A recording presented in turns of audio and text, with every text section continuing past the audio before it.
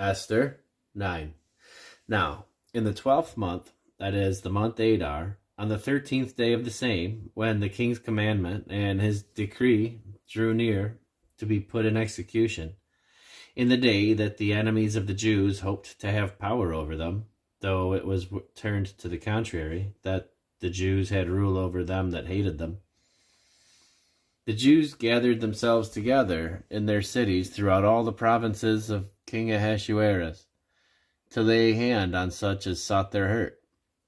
And no man could withstand them, for the fear of them fell upon all people. And all the rulers of the provinces, and the lieutenants, and the deputies, and officers of the king helped the Jews, because the fear of Mordecai fell upon them. For Mordecai was great in the king's house, and his fame went out throughout all the provinces. For this man Mordecai waxed greater and greater. Thus the Jews smote all their enemies with the stroke of the sword, and slaughter, and destruction, and did what they would unto those that hated them. And in Shushan the palace the Jews slew and destroyed 500 men, and Parshandatha, and Dalphon, and Aspatha, and Poratha, and Adalia, and Aridatha, and Parmashta, and Arasai, and Aridai, and Vajazatha, the 10 sons of Haman, the son of Hammedatha, the enemy of the Jews, slew they, but on the spoil laid they not their hand. On that day the number of those that were slain in Shushan the palace was brought before the king. And the king said unto Esther the queen, The Jews have slain and destroyed 500 men in Shushan the palace, and the 10 sons of Haman. What have they done in the rest of the king's provinces? Now, what is thy petition, and it shall be granted thee? Or what is thy request further, and it shall be done? Then said Esther, If it please the king, let it be granted to the Jews which are in Shushan to do tomorrow also according unto this day's decree, and let Haman's 10 sons be hanged upon the gallows. And the king commanded it so to be done, and the decree was given at Shushan, and they hanged Haman's 10 sons. For the Jews that were in Shushan gathered themselves together on the 14th day also of the month Adar, and slew 300 men at Shushan. But on the prey they laid not their hand. But the other Jews that were in the king's provinces gathered themselves together, and stood for their lives, and had rest from their enemies, and slew of their foes 75,000. But they laid not their hands on the prey. And on the 13th day of the month Adar, and on the 14th day of the same rested they, and made it a day of feasting and gladness. But the Jews that were at Shushan assembled together on the 13th day thereof, and on the 14th thereof, and on the 15th day of the same they rested, and made it a day of feasting and gladness.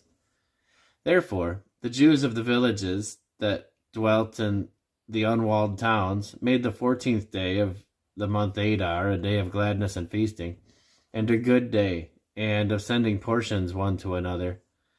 And Mordecai wrote these things, and sent letters unto all the Jews that were in all the provinces of the king Ahasuerus, both nigh and far, to establish this among them, that they should keep the 14th day of the month Adar, and the 15th day of the same, yearly, as the days wherein the Jews rested from their enemies, and the month which was turned unto them from sorrow to joy, and from mourning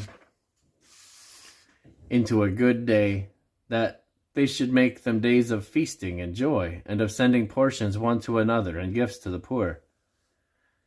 And the Jews undertook to do as they had begun, and as Mordecai had written unto them, because Haman the son of Hammedatha, the Agagite, the enemy of all the Jews, had devised against the Jews to destroy them, and had cast pur, that is, the lot, to consume them, and to destroy them. But when Esther came before the king, he commanded by letters that his wicked device, which he devised against the Jews, should return upon his own head, and that he and his sons should be hanged on the gallows.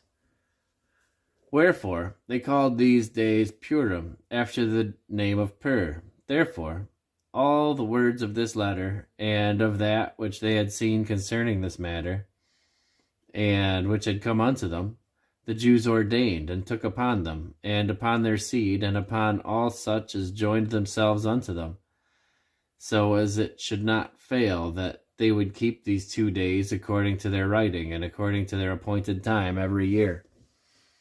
And that these days should be remembered and kept throughout every generation, every family, every province, and every city, and that these days of Purim should not fail from among the Jews, nor the memorial of them perish from their seed.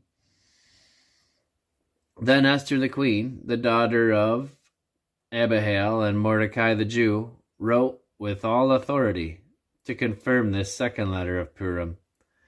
And he sent the letters unto all the Jews, to the 127 provinces of the kingdom of Ahasuerus, with words of peace and truth, to confirm these days of Purim in their times appointed, according as Mordecai the Jew and Esther the queen had enjoined them, and as they had decreed for themselves and for their seed, the matter of the fastings and their cry.